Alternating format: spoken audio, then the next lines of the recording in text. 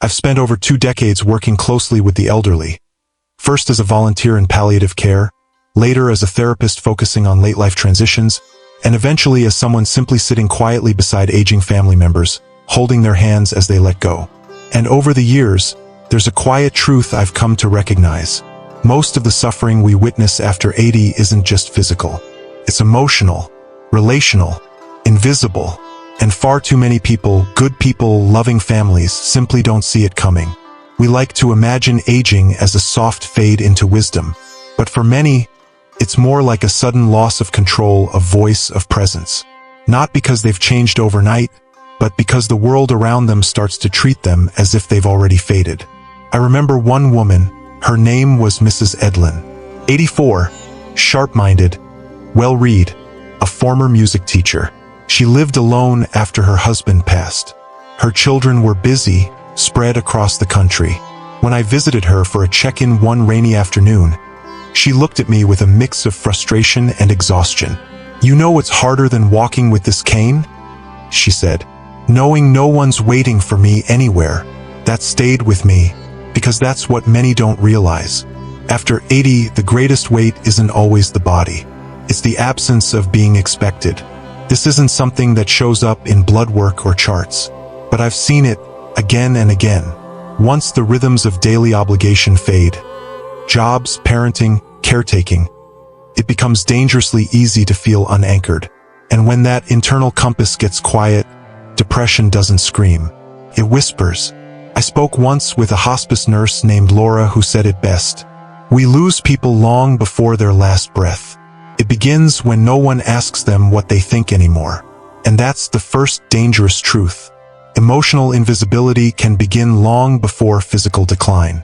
It doesn't always look like sadness. Sometimes it looks like being easygoing, agreeable, undemanding, but underneath it's often loneliness in its quietest form. You won't always hear it spoken. It shows up in smaller and smaller circles of conversation, in fewer phone calls, in polite answers that hide unspoken grief. They stop offering opinions not because they don't have them, but because they've learned the room moves on without waiting. This kind of emotional fading isn't about bitterness. It's about not being asked. And here's the risk. Once someone stops being seen, they begin to stop seeing themselves as needed. But we can change that. We can notice again.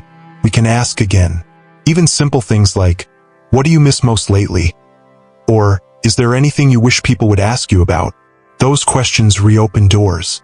They don't fix everything, but they tell the person in front of you, "You're still here. I still see you." The second dangerous truth is one I've watched unfold slowly, almost invisibly, until it isn't invisible anymore. After 80, small health issues don't stay small. And I don't just mean physically.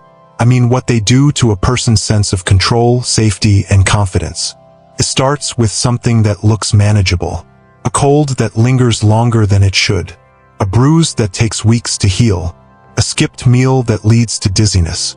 Things that 20 years earlier would have been background noise in a busy life. But now they ripple. I once worked with a man named Daniel. He was 87, still witty, loved crossword puzzles. He slipped on a loose rug in his kitchen one morning. Nothing broke, just a sprain. But when I visited him the week after, something had shifted. He wasn't making eye contact. He was quieter. When I asked him if he was doing okay, he smiled faintly and said, "I didn't think a rug could take this much away from me." What did he mean? He meant independence, stability, trust in his own body. Because after 80, the body's recovery system doesn't respond the same. A fall isn't just a bruise. It's a question. Can I trust myself tomorrow? And when the answer is no, that fear becomes a shadow. It changes how a person walks through their day. More hesitation, more sitting, more silence. Not because they're lazy or tired, but because they're unsure. Uncertainty becomes a kind of prison.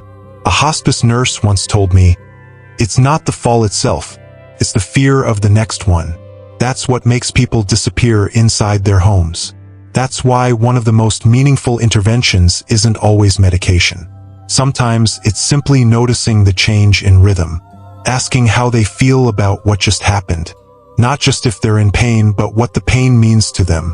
Because people carry silent stories after injury. And unless someone invites them to name that story, it becomes heavier with time. When we don't talk about these moments, they pile up. A minor hospital visit becomes the turning point. A shift in tone. A subtle giving up. Not loudly, but slowly.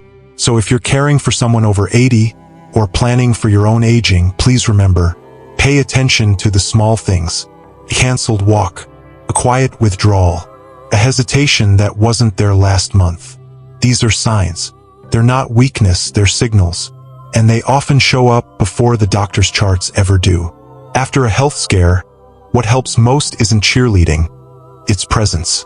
A gentle, steady reminder that you're not broken. You're not alone. We'll figure this out together. That kind of reassurance has more healing power than people realize. If you're still here, feel free to leave your thoughts below. I read each one with care. There's something few people want to admit, especially those of us in healthcare, but it needs to be said. The voices of older adults are often dismissed. It doesn't always happen with bad intentions. Sometimes it's subtle. A doctor who speaks more to the caregiver than to the patient.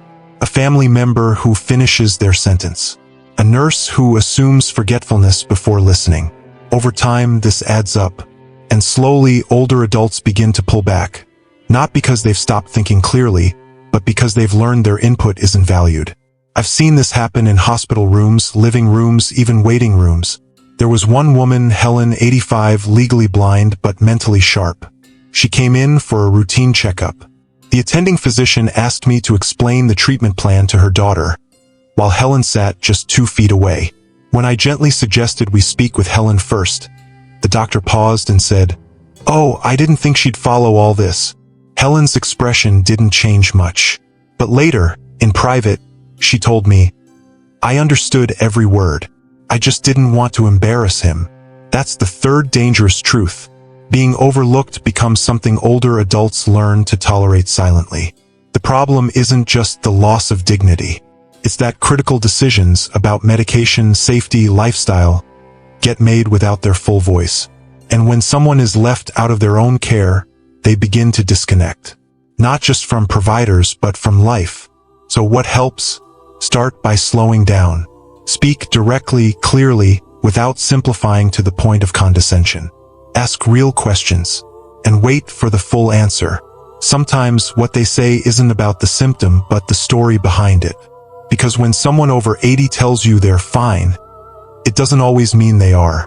It might mean they're tired of not being heard. One of the hardest things to witness, and one of the most common, is how many older adults begin to withdraw not out of preference, but out of quiet grief. It's not always about death. Sometimes it's the loss of rhythm, of purpose, of small rituals that once anchored their day. And no one talks about this kind of loss, because it doesn't come with flowers or condolences. It comes with silence.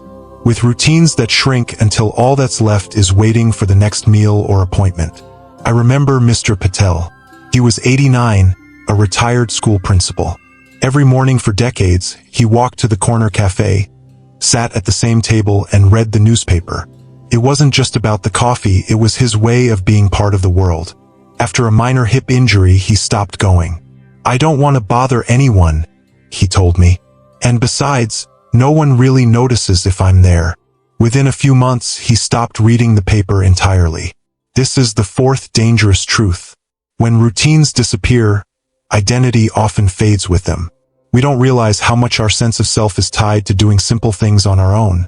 Watering plants, shopping for groceries, even choosing what to wear. When these freedoms are quietly taken away, it's not just about logistics. It's about dignity. Older adults may say they're okay letting go of certain tasks, but if you listen closely, there's often a note of loss beneath the surface. A quiet mourning for a self that's slipping away, and sometimes we take over too soon. I've heard caregivers say, "It's just easier if I do it for them," and maybe that's true for a while. But ease is not always what's needed. What's often needed is space, time, encouragement to try even if it takes longer, even if it looks messy. A therapist I trained with once said, "Let them struggle a little.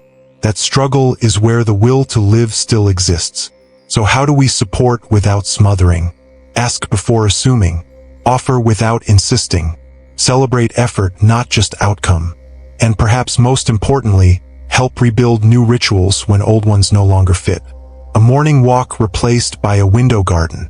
A cafe table replaced by a shared phone call over coffee. These things may seem small, but they are bridges. They remind someone that they still have a place in the world, and a rhythm that's still theirs to choose. There's one more truth I've seen again and again, and it rarely gets named, even in care circles. Is this, after 80, unpredictability becomes the new normal. And for many, that uncertainty is more unsettling than any diagnosis. One day you wake up clear-headed, balanced, in good spirits. The next, your legs feel heavy, your thoughts slower, your appetite gone. And no one, not even the doctors, can give a precise reason. That lack of explanation can be deeply disorienting. Mrs. Chan, a former accountant I worked with, once told me, "I feel like I'm at the mercy of a body I don't recognize anymore. It's like I've become a visitor in my own skin." That statement has stayed with me for years, because when you've spent a lifetime being dependable, showing up, solving problems, caring for others, it's especially hard to accept that your own body no longer responds to your will. This is where many seniors begin to second-guess even small choices. Can I walk to the mailbox today? Should I cancel lunch just in case I feel off again? Is this ache just old age, or something more? This constant micro-anxiety wears people down, not just physically but emotionally. It shrinks the world. It causes hesitation, not out of laziness, but out of caution. And over time, that cautiousness turns into avoidance, then isolation, then resignation. That's the fifth dangerous truth.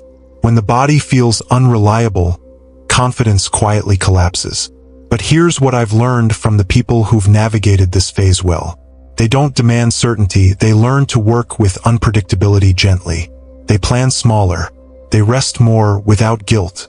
They create buffers, time, support, space for the unexpected. And most of all, they speak kindly to themselves. Instead of frustration, they try patience. Instead of shame, compassion. If you're supporting someone in this season, consider this. They're not being dramatic. They're not being difficult. They're adjusting to something that is physically real, but emotionally confusing. What they need most is steadiness, not solutions. Just someone who can sit in the uncertainty with them and say, "It's okay. We'll take today as it comes." In the end, aging is not about losing everything. It's about learning to live differently, with less certainty, but sometimes with more tenderness. And that brings me to the final message I want to share. If this kind of quiet reflection feels helpful to you, you're welcome to come back anytime. I'll be here,